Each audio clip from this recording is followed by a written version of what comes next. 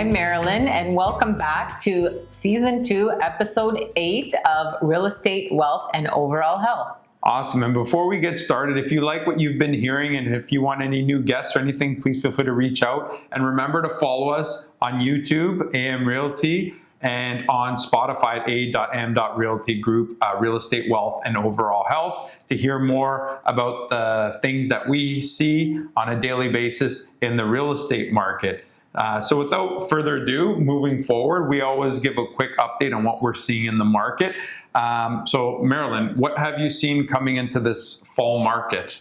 So we just came out of one of the slower months, and August was, people were enjoying this beautiful heat wave that we've had here in Toronto. And we were telling all our clients that August it's going to be a little bit slower just for various reasons. People are enjoying their last bit of holidays. Kids are going back to school. So their mindset is more on, those kind of things rather than, buying and selling properties. And we knew that come September, and we hoped that things would pick up, which it did. I feel like since last week, which was the first week of September, once the kids went back to school, we've noticed an increase, not only just in appointments and viewings, but offers. Things are starting to pick up. We sold our own property conditional as well. Adriano and I had a property we were selling, a project we did in Toronto. So having said that, we have noticed that things have picked up, and that's a good thing. Yeah, I did a showing at the beginning of the week for larger condos, like in the 1.4 to 1.9 price point, which was usually it's a tougher point, but they two received offers this week. So and that's the condo market. Yeah, and that's condos. So it's interesting. I feel like something like that in that area, people might have sold their house, a bigger house, and they're downsizing. So that gives me confidence that the market is starting to kind of pick up a bit. And, as we talked about last month about just the number of sales and stuff like that, I feel as the people who are desperate to sell or need to sell it, as those come off the market, I feel like the market will tighten a bit, which tends to favor the seller. For sure. Moving forward, right? Like, what do you think?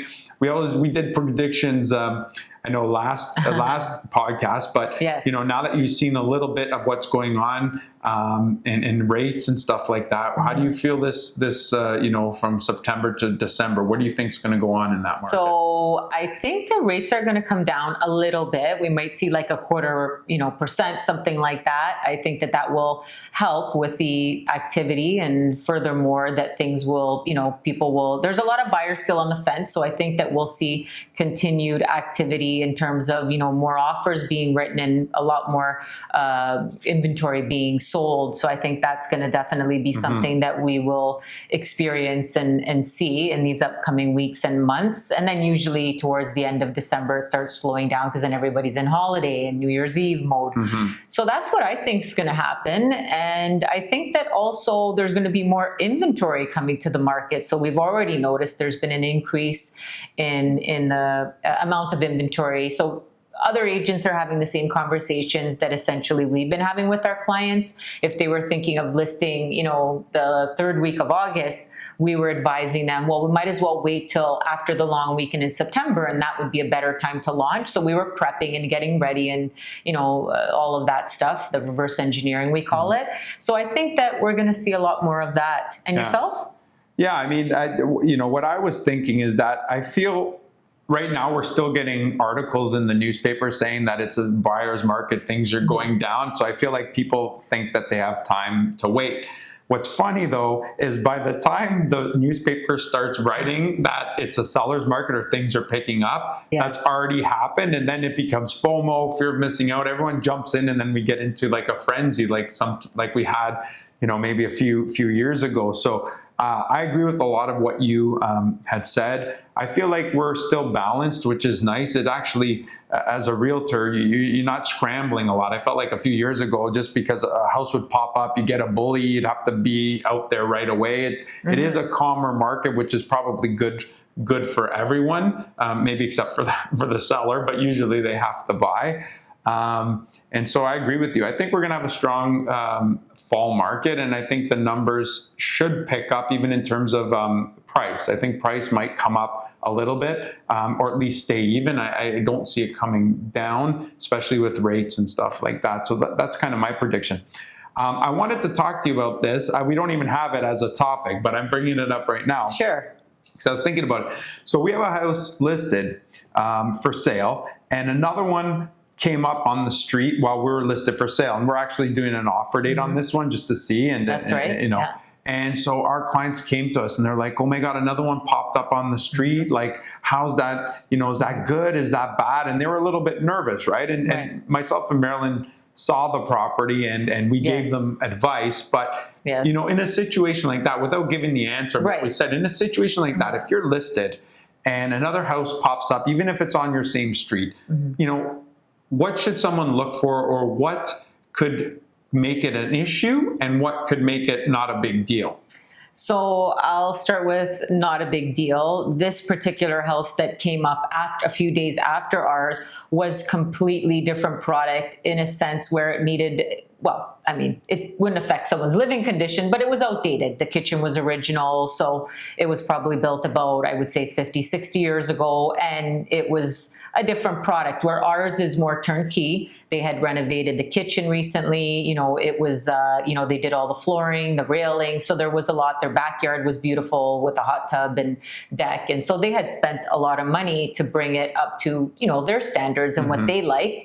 So if it's not a big deal if it's a totally different product. Like if I have a 2-story and it's, you know, recently renovated, and there's another one that's a bungalow and outdated that came up, I think that's a different buyer. Yeah. Some people might have that threshold where they will take a look at the one that's outdated and maybe want to do renovations. But a lot of people, I think, are looking for turnkey. Now, to answer your first question, when would it be, I think, maybe affect if something a few doors down that's, you know, the same layout, very similar, and then that one was priced, you know, essentially lower than mine without an offer date, then I would be a little nervous and, you know, think that, well, this might affect my sale, because why are there, if I'm listed at, you know, $999 and now they've listed at, you know, $949 and they're almost identical, more than likely buyers are going to want to feel that they get a deal, as would I, and they're going to probably be more attracted to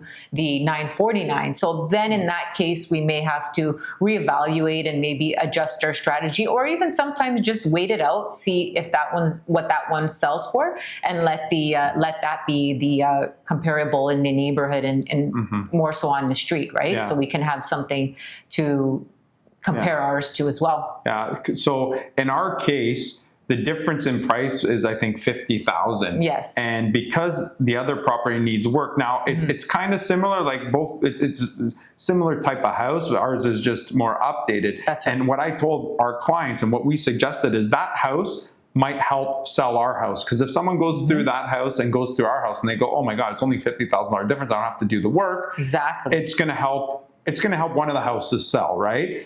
In the case that Marilyn made of the same house on the same street, especially if the agent, you know, the second house that goes up, if they see that we're already listed, they're going to, you know, and they've seen we've been on the market maybe a few days, they might list lower just to kind of try to undercut us. The issue with that, and where you need to be careful, is that if they're, you know, 30 or 50,000 lower than what you are, and then they sell and they don't sell close to asking, they sell lower, now you're chasing. And maybe at that point you try to, you know, do something before a sale goes through. So there's all these different things that, you know, if talk to a professional realtor who's experienced with this kind of stuff, not just multiple offers that happened in the last 5 years, because these are the conversations that you need to have to understand what's going on and the strategy, right? That, and also it depends on their motivation, right? Where we may just be putting it out there and we haven't found anything yet to purchase, where the one that came out lower, they already bought and now they need to sell in order to close on their purchase. So I think there's a lot of factors that come into play as well. Yeah, for sure. I guess with that being said, we're going to, you know, go into something else that we're seeing. So right now, you know, if it was 2 years ago, 99%, I'd say, of the listings are offer dates, maybe 95%. Yes. Now we're in a market where you still see some offer dates, you still see some, you know, price movement around, and we'll remind me to talk about the price where, because I had clients ask, this house was listed at 1.2, then it went down to $899, And then it went back up to like 1.2 again. Like, what the heck's going on? So we're going to explain that. We will give get us to a that. second. Sure. But part of that too is, how do you negotiate an offer in this market? Because you might have prices that are undervalued. You might have ones that are overvalued. You might have ones that are priced exactly. Like, what, how are you finding the market? How do you negotiate in this type of market? We'll start with an offer date. I would almost say we may be better off to wait until offer date. And I would always recommend on the listing, it will say ideal closing date. So if they've already bought something and they really want the closing date to be in 60 days, try to give them something that they want. Negotiation is about give and take. So I would say give them that. And then, if the asking price on an offer date is $949, and we know that the comparables, the recent sales in the last few weeks or months are coming in at $1,050,000, I wouldn't start at 900. I would try to at least start, above asking, so that it shows the sellers that you are, serious and knowledgeable. And also have your deposit ready. That's another thing, right? You could do a deposit herewith, where you went to the bank and you got that, standard 5% deposit, have a draft. I think things like that definitely will make your offer stand out when we're in terms of an offer date. And of course, for sellers, it's always going to come down to usually its price. Right? Yeah. Yeah, and I guess what you were saying there too, what I recall is that, like, if you're going to do a bully, and this is even back, and a bully means a preemptive, so you're not waiting till offer date. Maybe a house that you really like comes up and you want to bid on it. But, there's been times where people are giving a below asking or asking price or a little bit above it.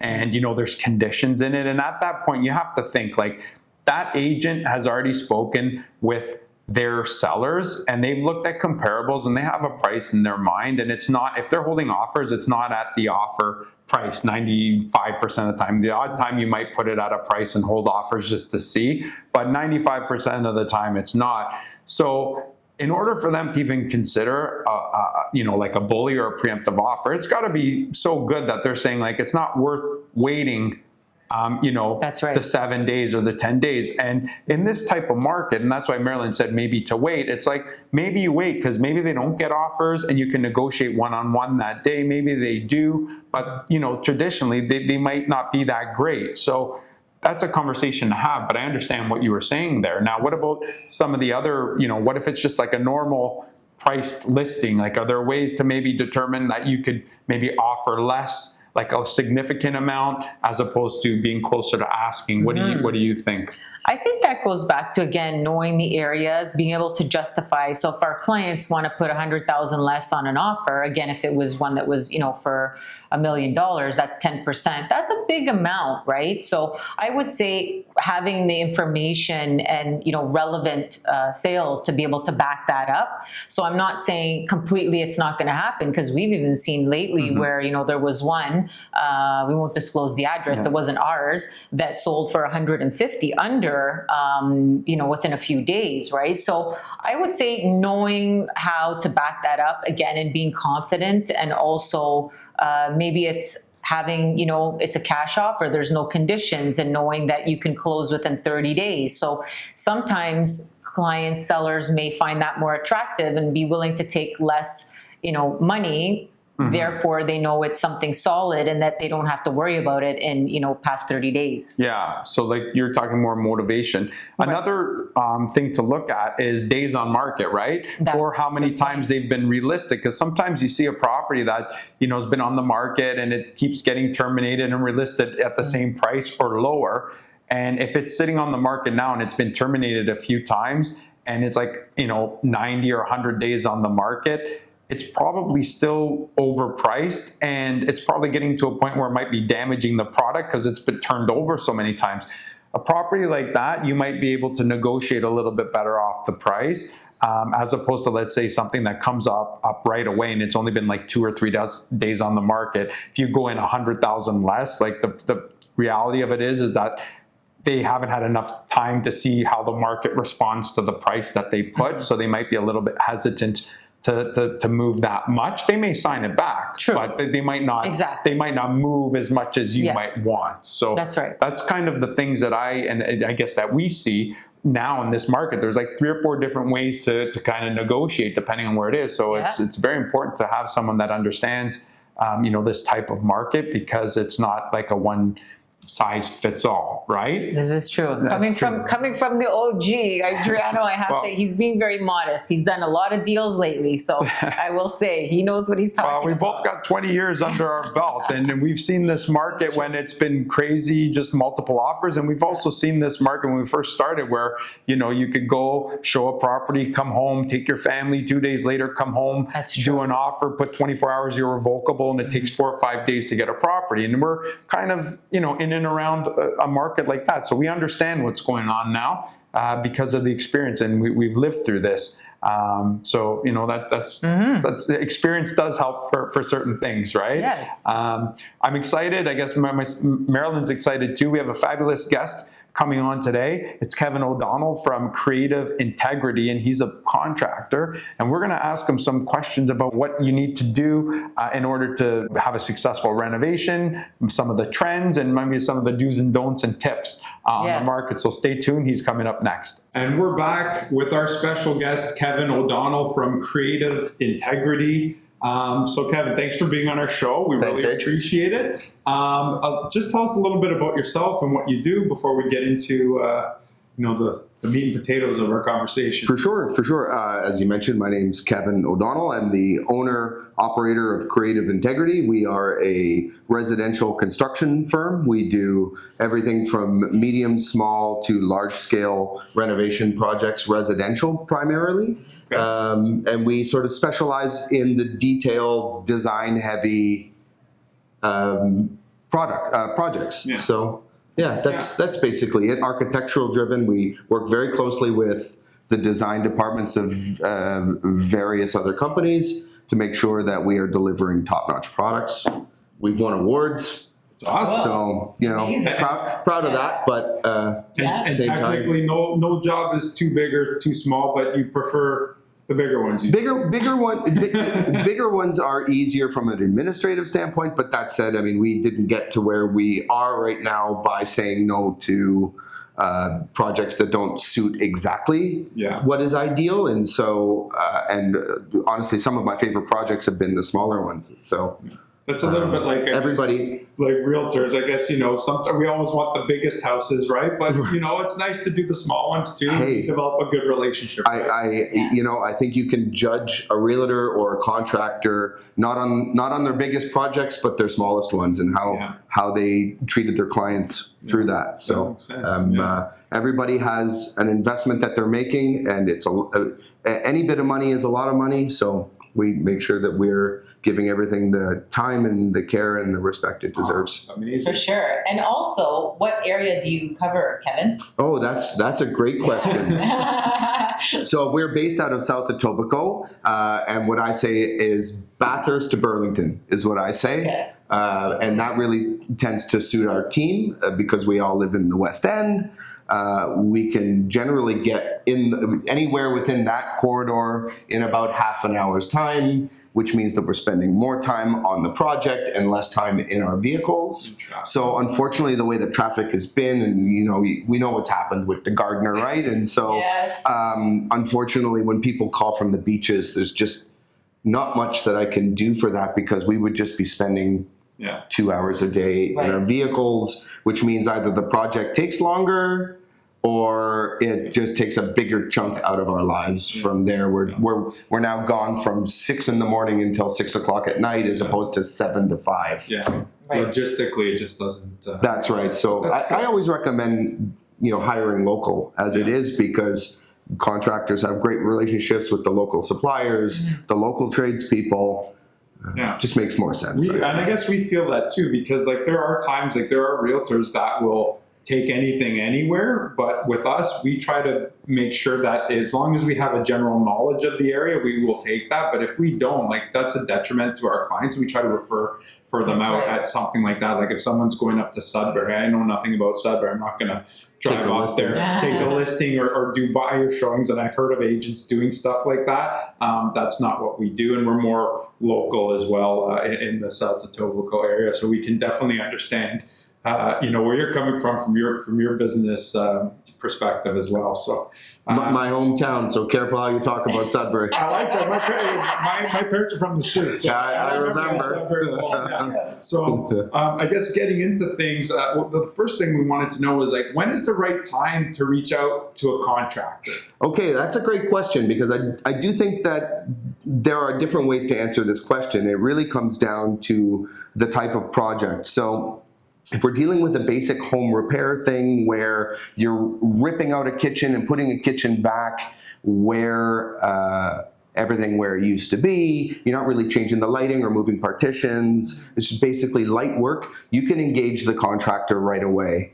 And in that situation, whether you're calling a GC that would be handling just the work and outsourcing the design, or whether they are a design build company, then they would handle the design in-house, acquire the permits for you, and you're good to go. It was just one turnkey experience for the client.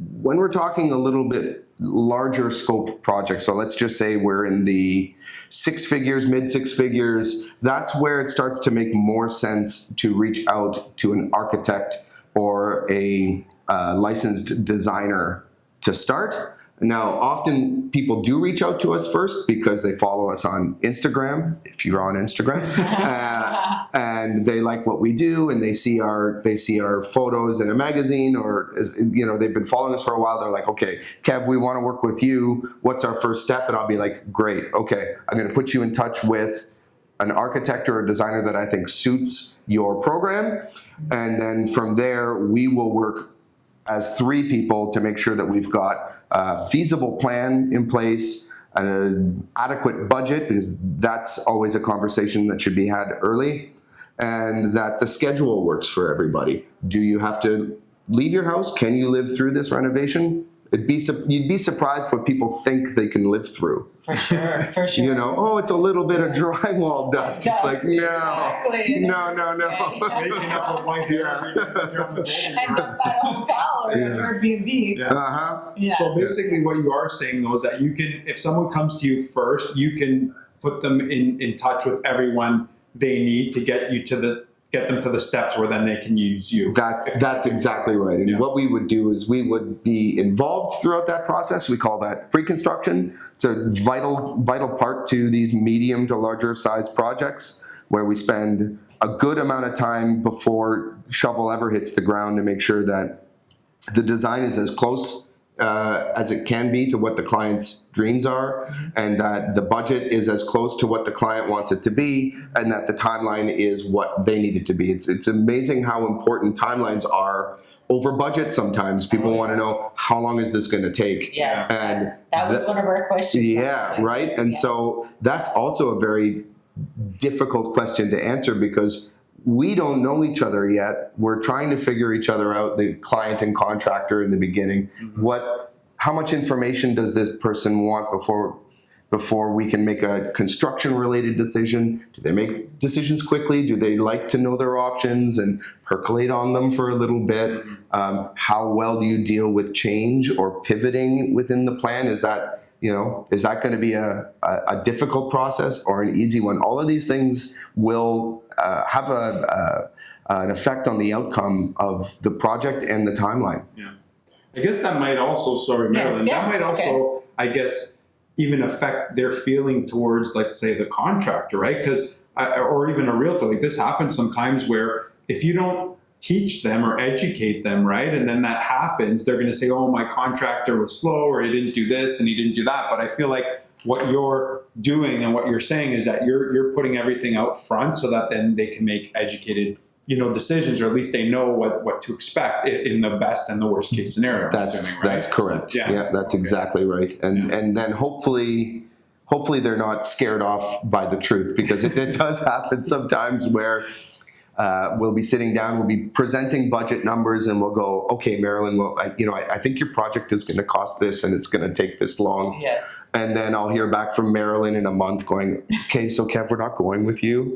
we found someone, and we really appreciate all the time you spent, but this person said they can do it a little bit cheaper and a little bit faster, and we have to go with that. And it's like, okay, great. Maybe they're right. Maybe they're not. I don't know. Nobody has a crystal ball in these situations, but when that does happen, I'm always paying extra attention to these projects to see how they go. I'm of the opinion, tell me the truth, but don't tell me what you think I want to hear and lie to me, and then afterwards it's going to take even longer than your projected timeline, right? Yeah. So. I have a love affair with the truth. Yeah. So I don't know. Sometimes I'm honest to a fault, maybe, but I'm always looking to give the best information that I can. Yeah. Honest information. Set realistic expectations. That's good. Under promise and over deliver, I feel is the way to go.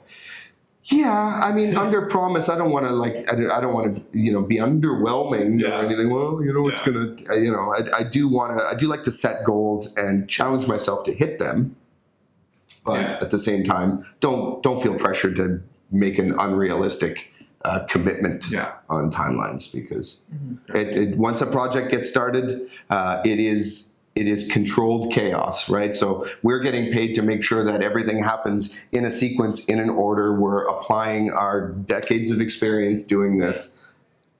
There is still an element of chaos to this, because something you wanted can't come in time, or because a material isn't available anymore, or a neighbor is throwing up an issue, or so. And when you say decades, it sounds like you've been doing this for a very long time. How long have you been doing this for? Centuries, it feels. Wow. Very long time. I've been saying 20 years for 3 years now. Okay. Yeah. All right. So over 20 years. I moved to Toronto from Sudbury in the early 2000s, and I went to George Brown to study custom millwork and furniture, not really knowing where I was going to land. And through that, I got a job with a custom home builder, did that for a few years, building some really nice custom homes, not really too sure yet what I was going to do. And then people started asking me to build decks and fences. Then it was a kitchen, a couple bathrooms. And so that's how this sort of happens. And then the large scale projects really started in the early 2010s. Wow. Yeah, for us. That's awesome. Great. So speaking of larger projects, Adriano and I, being in the business of buying and selling homes, we like to sometimes... Exciting. It is. You guys have a high tolerance for pain. Huh? We do. For sure. We sometimes like to, when our clients take on, let's say they bought a property and they want to completely gut it and renovate it. In our advice, we'd like to know if it would be the same advice that you would get in a sense, if I'm looking to stay in this house for the next 5 years, but I'm looking to start a family. So it's not my forever home, but I'd like to stay there for the next 3 to 5 years because I am going to be spending a lot of money, and that's why I'm making a move.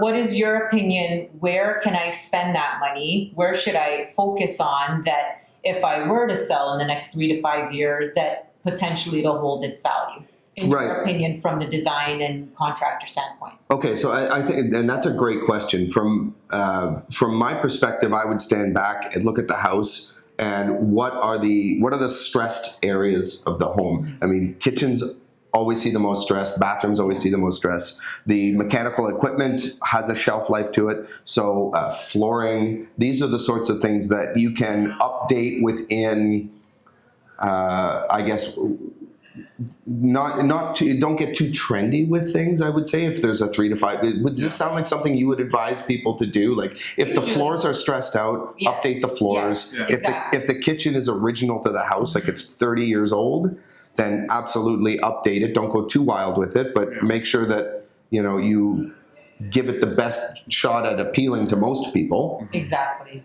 And those would be the areas that I would consider updating. As far as then knocking down partition walls, making open concept, it could be a smart thing to do. It could be that there are some walls that are easy to knock down and then off you go. But if it gets a little bit more complicated, then the expense starts to increase, and who knows if you're going to recover that money. So I agree with you, and we always say my 4 would be kitchens, bathrooms, and believe it or not, lighting makes such a big difference. Huge. Like in old homes where they just had a chandelier, no pot lights, No. just even putting in the pot One of those lights. outlets that is on a switch.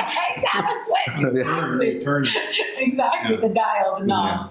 This is why it used to take a builder 2 months to build a house, by the way. Yeah. Yeah. Back in the 60s, they could build entire neighborhoods in 6 months. Yeah. Yes, Yeah. very true. Very Now, true. now our lives have become so much more complicated, right? It's like I want a zone of lights over here and a zone of lights over there, and Yeah. Timers and all kinds. all sorts of things. And then Yeah. building code has changed so much too through the years that if you want to do something seemingly simple these days, in order to make it compliant, you may have to jump through certain permitting hoops. It's a lot more complicated to renovate and build today than it was way back when. Back in the Particularly if you're talking about energy efficiency. Yeah. For sure. Yeah, for sure. So, Adriano, I'm going to ask you that question too. If I'm your client and Yes. I'm looking to do a big renovation, but I only have X amount, my budget is, 200,000. Where would you suggest that as a buyer, I would be, as a homeowner, looking to spend my money? What's your thoughts on I agree. Like for rule of thumb, there's a few things. It's kitchen and usually master bedroom, because the people buying the house tend to spend the most time there. They're the decision makers. I would put money into if there's a master ensuite. And then in terms of color, like Kevin, like what you're saying, trends come in and out reasonably quickly. Mhm. And, if you get a neutral type of wood, like I know the lighter woods are coming in now. Yeah, for good reason, right? Yeah. Yeah, no. The cross appeal. Yeah, exactly. It's more and more Yes. neutral. Like one of the things I think we spoke about on one of our other podcasts was just like, what's the quickest thing to bring you the most amount of money back for selling? And it's just a neutral paint. Like if you have Yes, yeah. colors that are, dark or just maybe like you get a lot of houses in 2008, 2010, they got the brown tones, just trying to clean that up. So I would say Right. just off the top, it's usually kitchen and master bedroom, and then after there, you can start working with everything else. Just because your kitchen has red knobs in it, it doesn't mean that it's $100,000 kitchen, Yeah, right? So The red knob's got to be on the stove. Okay? That's right. I guess the other thing that we wanted to talk about with this, Kevin, and it's kind of the same question but different, is when we say what types of renovations are best to do to sell, I guess that also depends a little bit on your location, right? Because there are people that can, they might overdo it in an area that just it won't demand that kind of finishes, right? Absolutely. And so I think that I'd be curious to ask you guys how you go about determining the overall potential value of a property, because let's just say you manage to find a property for below market value in a neighborhood because it's in disrepair. Right. Do you look at that home and go, there's a reality where this home is worth this much on this street, Yes. and not likely for the next 5 years will it cross this value. Yeah. And so what for under that should we do to get as close to that number as we can without overdoing it to the point where we just hit a ceiling with what someone would be willing to Yeah. Okay. pay for? So, exactly. So to answer your question, sometimes when, let's say, we had a client who bought a $3 million property backing onto a golf course, then they wanted to do their backyard. Our first thing was, well, are you going to stay here for long term? Because I know you like to move every couple of years. So if you do decide to spend $500,000 in your backyard, that's great. You're going to love it. But we may not be able to get you that, 3.8 to have a profit in the next couple of years, unless you're willing to wait. So depending on, again, the location, the situation of the market, usually what we'll do, to answer your question, Kevin, is we'll look at, we might have to open up the parameters of the area and find something close to what a finished product would look like in today's time, and kind of be able to give you a benchmark, because obviously things change, fluctuate with interest rates rising and dropping, etc. Yeah. So that's kind of what we would have to do. Yeah, my answer to that question, or to add on to what Marilyn, and those are all great points, is that, look, at the end of the day, if you're trying to flip a house in Kingsway, there's expectations, like you're not, the You appliances. can't put an IKEA kitchen in like that you're not house. putting an IKEA kitchen in there, right? And they will pay for that because people have the money, and that's And they what the expect. expectation is. Exactly. But if you're in a different area, like where there's smaller bungalows and it's like a house where it's a lot of first-time buyers, you could probably, especially if you're trying to do a flip, you could probably get away with something cheaper. They just want to see modern, clean, Turnkey. a little bit newer, turnkey, Yeah. and that's something they'll probably be in maybe 3 to 7 years, and then they'll move on from That's that. right. And so, neighborhood, and it really depends, because like if you have a house in the Kings when you put IKEA, like you're not getting the value. No. You probably wouldn't even be like, what is this stuff? Because Yeah. we've been through houses like this was a cheap rental. Like who's Yeah. going to pay for Yeah. it? Right? You see that. And it erodes confidence in the house that they're purchasing, for that matter. It's like, well, what am I buying here? If this was the level of decision making that was happening, That's true. then what else is going on in here? And then on the reverse side, we've been in situations where someone's like, oh, I spent this, and look at this, and the toilet does this, and the lights and everything's hooked up, and I got, a $15,000 range here, and then they're in a house that maybe the best house demands $1 million or 1.1, and I'm at that point, I have to say, you did a lot of this for your enjoyment. You may not get it back, or at least 100% back. Yeah. And you have to understand that if you want to go That's right. that crazy. Take your wolf oven out of that kitchen, put it in storage, and put a KitchenAid in there. So I guess what we're saying here is before doing some big decision on where to improve your house, like you should talk to a contractor or talk to even a realtor, because sometimes we can give you ideas of what we know, the best bang for your buck, just to clean it up, depending on what you want to do. So we rely so much on the professional advice from you guys as well, right? Like you understand potential values with these places. We're worried about creating the vision where you guys are advising on, is this a good deal? What would it make sense to spend on this home for how long you're going to be there? It's like, well, you've got huge property and this is in an in-demand neighborhood, so this is a good investment. Because I guess from a builder's point of view, if someone's like, hey, take that wall out, I want it like this, because I want it a certain way. Yeah. And you're like, okay, we're going to have to bring in this beam, that beam, like it's a lot of work. If you came to a realtor and you're like, that's going to cost me $150,000 more, we might say, you know what, even if you just did like a half wall or made it smaller, you might get the same, like it might not be the exact feel, but you might get the same money back. But there might be other times like, oh, if you get rid of that wall and open it up and put sliding doors, I'm like, that's gonna, you overlook a pool or something, like, hey, that's beautiful. Yeah, do it, money right? money well spent. Money well spent, right? So those are some of the things. Yes, yes. So we have a burning question. Oh no. Let me get a drink of water. Cool down with a nice cold water. So we get told a lot of our clients over the years, whether they do rentals where they engage us or they buy a property and they want to completely renovate or do an extension.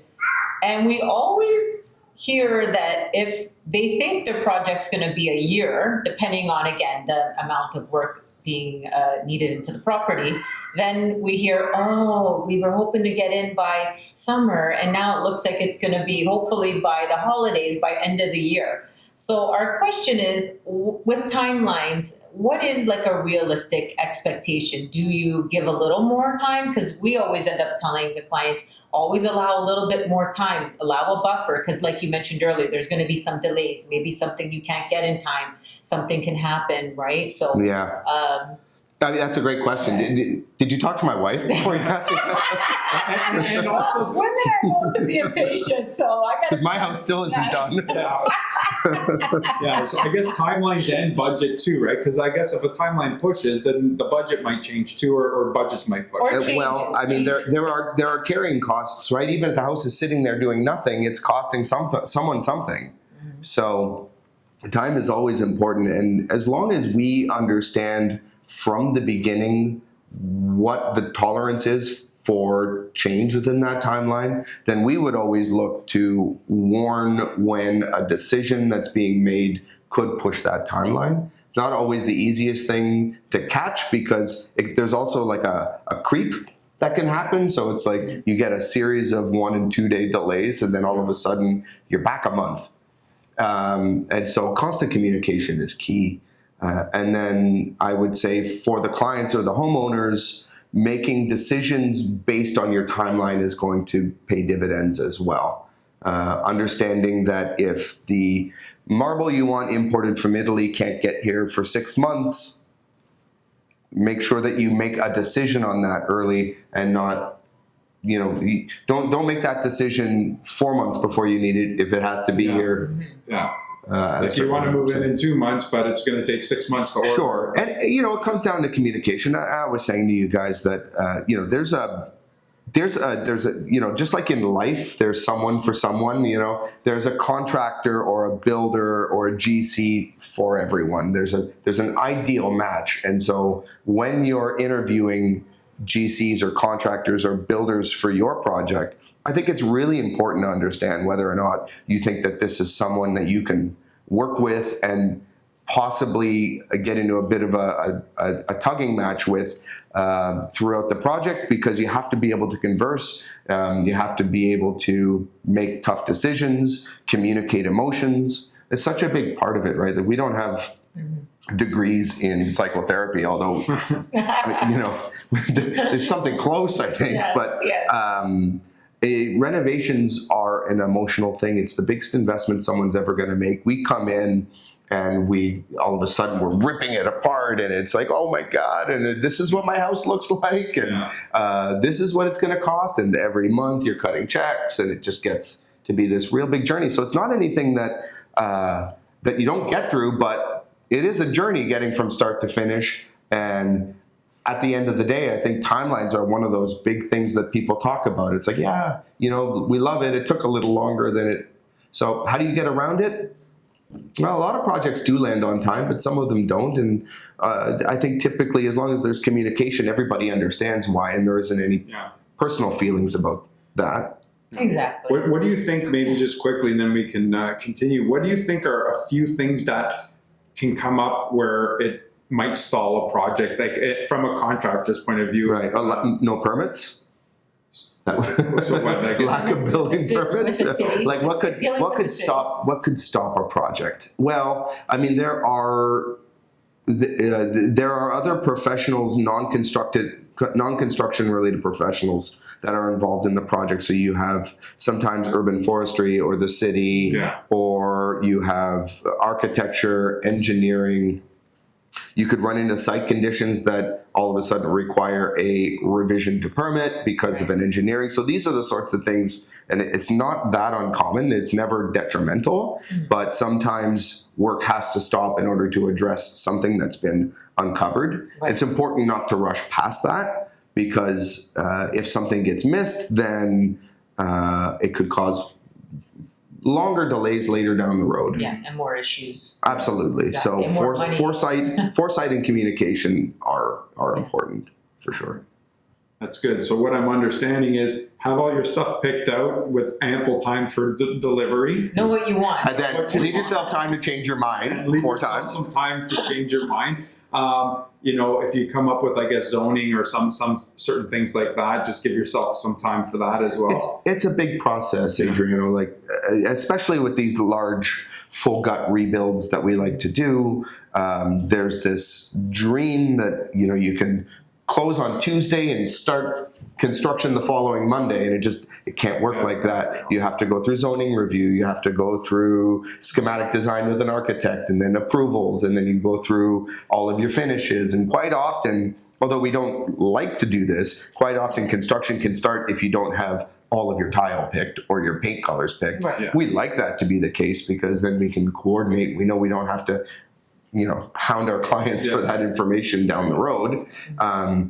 But if you've got 95% of the things worked out, if you picked your furniture, even better, because then we know where the walls are going. You're going to work. Yes. We're going to work with it. We don't have to move a wall later, because that kind of stuff happens, right? Those are big I just saw a couch that I just love. The problem is, we need to move this wall 2 inches. So, okay. Open the wall. Call the electrician, get him, pull the wires out, move the wall. Right. Yeah. Right. For sure. Yeah. It's not all, and it's not all stuff like this. I mean, I truly love what I do, and it's always exciting. So That's amazing. yeah. Well, I have one last question. We want to have a little bit of fun with this. So Okay. tell us your... Are you going to ask me to sing a song? Tell us your most exciting, or the one that stands out the most in terms of projects you've done over the years. Honestly, and I hate to give I hate to give an answer like this. They're all great. Yeah, You know, yeah. it's like, how do you pick your favorite child? Not necessarily But- your favorite, the most interesting, or the one that had the most, like, something that stood out that was, you know, a real win-win or something. Well, I think anytime we can meet with a client right in the beginning stages, and we sit down and we have that meeting where they're like, we need this, and that, and my husband does this at home, and I do this at home, and we need to make sure that this does this because we've got a kid coming, and you know. Yeah.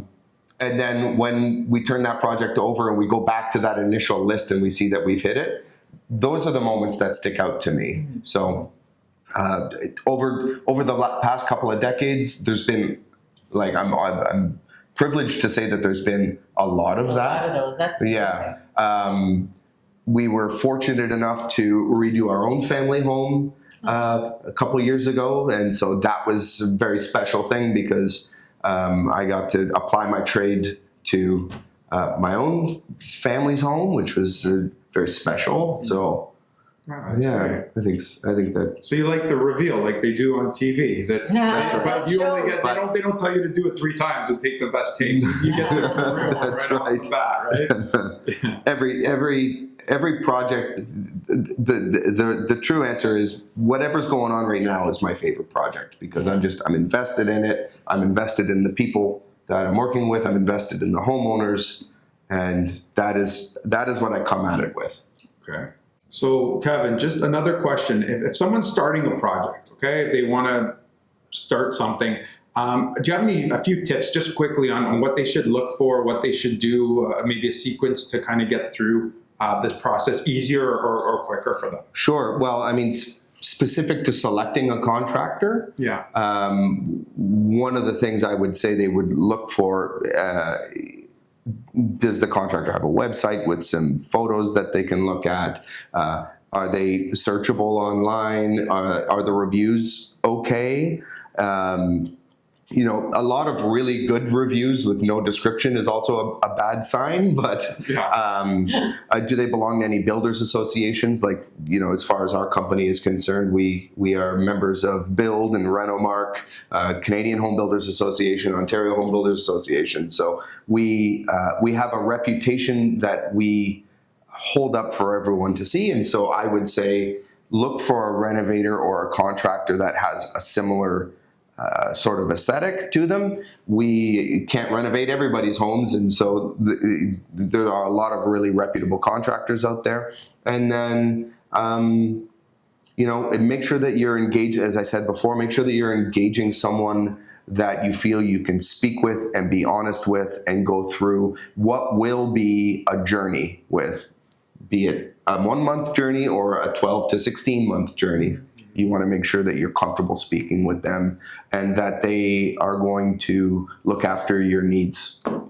Yeah, that's good. I feel like the last thing there is what we say is like, you want someone that's going to be honest with you, whether it's a good conversation or a bad conversation. Critical. Like, you don't want people to just, you know, fluff things up. If there's an issue or if things are, like in our case, if a house is overpriced, and that's a detriment to you because it's just going to sit and you're going to get a lower offer. We got to have that. We got to have that conversation, whether you like us or not. That's what you're hiring us for, the professionalism and experience. And you have that same thing. And that's kind of what I got out of that last part, which I thought was really good, is to have that rapport, good or bad. Yeah. You know how to navigate and help them through it, right? That's right. That's amazing. Good point. Mary, do you have any questions before we...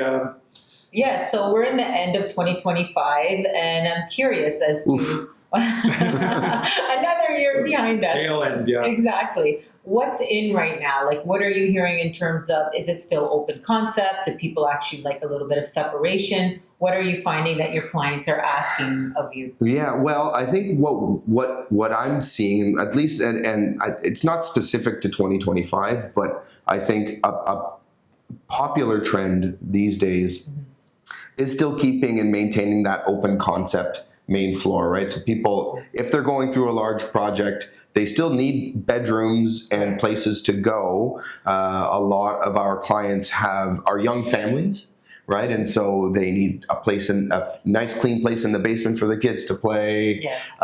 Something where the durable paints and practical finishes that, children aren't going to completely rip apart on them.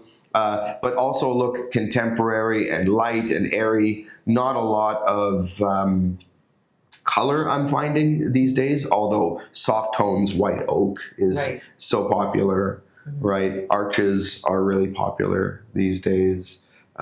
Floating shelving, panel-ready appliances, bespoke bathroom tile choices, these sorts of things. We always tend to let our design and architectural partners do the selecting, but the trends that we notice seem to be pretty consistent across the board.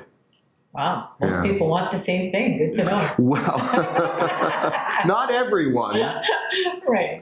and I like to think that we're more than ready and willing and able to meet unique needs. Yes, of course. But certainly sometimes when you do the more unique projects, people go like, "Oh, that's not what I would have done," and it's like, okay, but you're not the one that did it. So that's true. There's all different types of personalities, just like we have. Yes. Most buyers want the same, and then there are some that really appreciate, things that are totally unique. So we did a beautiful project for both the parents are artists, and so we did a full gut underpin rebuild in Parkdale, and some of the design choices were really brave.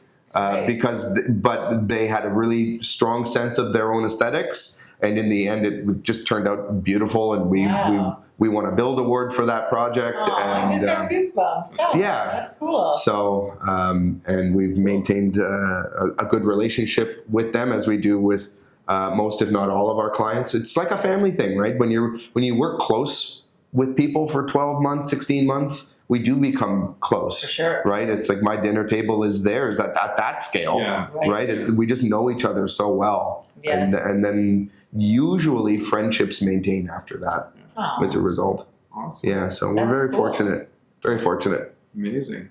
That's great. Thanks so much for having me. For sure. Yeah, this was fun. First time I've ever done anything like this, so that's amazing. And I guess before we leave, they need to know if you want a contract, especially in South Etobicoke, or from where? Bathurst to Burlington. Bathurst to Burlington. Where can someone find you, or how can they find you? What I would recommend they do is just Google our name, Creative Integrity Build, and you can find us in a few places there.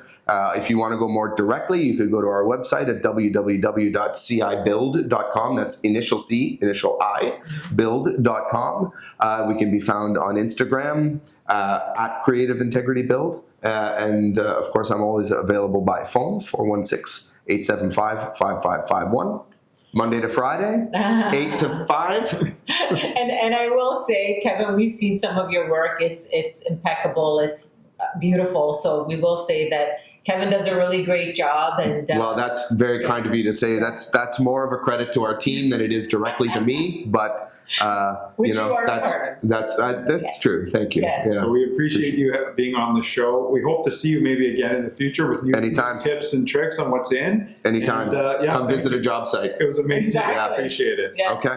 Awesome. So that was some great information from Kevin from Creative Integrity. And in the past couple of days, we've been putting a lot of steps in. Adriano, why don't you tell everyone why? So we're getting into the health section of this of our podcast, but in all fairness, we do something twice a year that's very dear to our community and dear to our hearts. We do a food drive in our community.